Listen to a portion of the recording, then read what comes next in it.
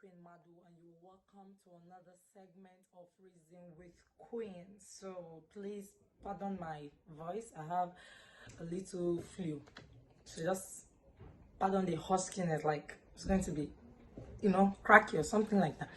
Anyways, I don't want to say I am angry, because in this platform I know I have said this over and over and over again, and don't get me wrong, because what I'm going to discuss today is something I have been hammering here. It is not funny, pardon my laughter, it is painful, it is sad, you understand, but I want to bring it on another angle, on another level this time around. We all have this particular person you just trust, and you are vulnerable towards too. And sometimes this is they take advantage of the vulnerability and do all sort of evil atrocities. This is the case I am bringing to you here. Again, they have tabled the matter of Chibuzor. Apostle Chibuzor, precisely the overseer of OPM, the one that always do philanthropy.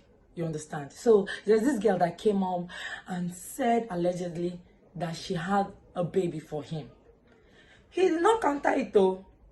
Instead, he started giving us stories of how he has 5,000 children, how he has millions of children he's taking care of, that he's going to do this for the baby, he's going to do that for the baby. That's the video.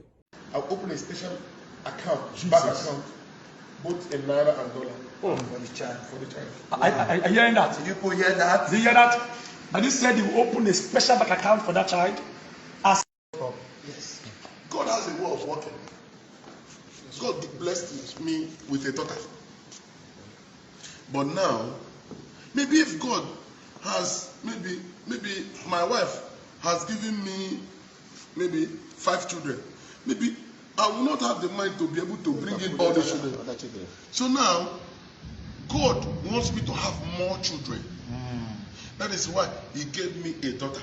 Now I have thousands of children answering my name.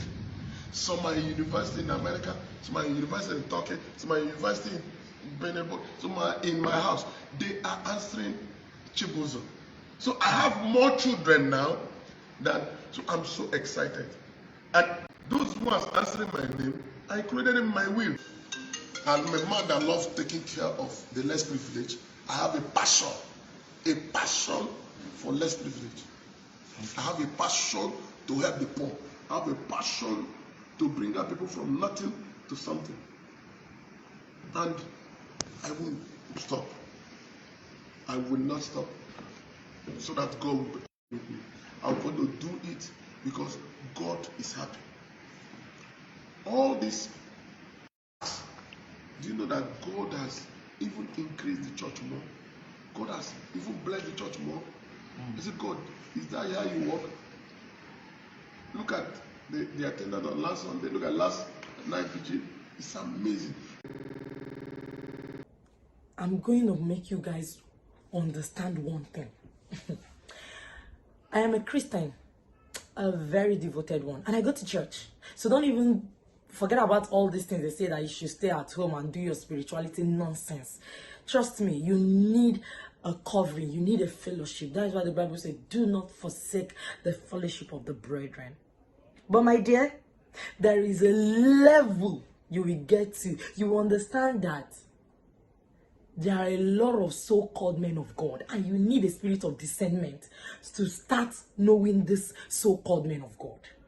If you listen to this girl's story, you will see how manipulative, evil, condescending this man is. In the room, but I was sweating and I was scared at the same time. So I was like, I don't understand. But Daddy, there is somebody I want to get married to, and you're aware. So why are you actually asking me to do something like this? Why will you ask me to do something like this? What will I tell him? He said you don't have to tell him. He doesn't have to know. You just keep it between us. I was like, Even if you're asking me to go into a relationship with you, what kind of relationship exactly? He said I should come on, I should stop talking like I'm a child.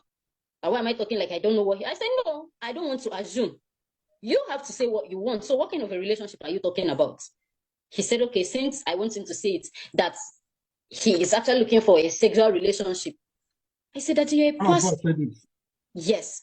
By He name. said that Apostle Chibuzor. Okay, allegedly. Yes. Okay. He said that after all, he's a man. And I kept telling him, don't get me pregnant and expect me to go, because I will not. Yeah. I told him this. He said I should stop preaching. I said, no problem. He kept having his way. Meanwhile, the guy I was supposed to marry was still planning for the marriage. I approached Apostle and I told him, I said, please, you are the general overseer of OPM, and I'm having an affair with you. And the person who wants to marry me is an usher in the church. I don't think I can do this. He said, no, if you go ahead with the marriage, what if the guy did not agree? What if people start suspecting? I said, suspect what? I don't want to go ahead with the marriage. This guy is an usher in your church. What do you think? So after the whole end of the day, after this whole affair and everything, I get married to this guy, and then I'll go to church and I'll be looking at the both of you. After the marriage, I left his house. And he continued with someone else. How do you know about that? Fine. We were all in the house, and he had already started having other girls before I left the house.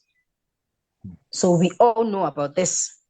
How did you know? Can you prove to me how you got to know? Allegedly. We talk to ourselves. We all know ourselves, and we talk to ourselves. What's the name of the person? There was Joy Joshua. There was Favor. And they live there. There was other people.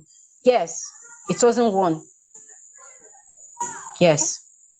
3 months into the pregnancy, someone else got pregnant for him. Someone else? Yes, someone else. By who? What's the name of Joy Joshua. Joy Joshua. Where is she now? She's currently in Lagos. Does she have the baby? Yeah, she has the baby. She's in Lagos with the baby? Yes. Do you have her contact? I don't have a contact, but currently she has been on my DM these few days. Okay, no, I'm asking you. No, sir. All you're telling me now, I'm going to investigate this matter before I move on. No problem, sir. No problem. He knows how to select his victims. He knows how to penetrate them. He comes with, I will help you. Then he'll now manipulate you into sleeping with you, so that it not look like, how will I put it? He makes you feel like you are doing bad if you don't sleep with him. Whereas sleeping with him is even the most useless thing you're doing with your life. So this is how this kind of people operate.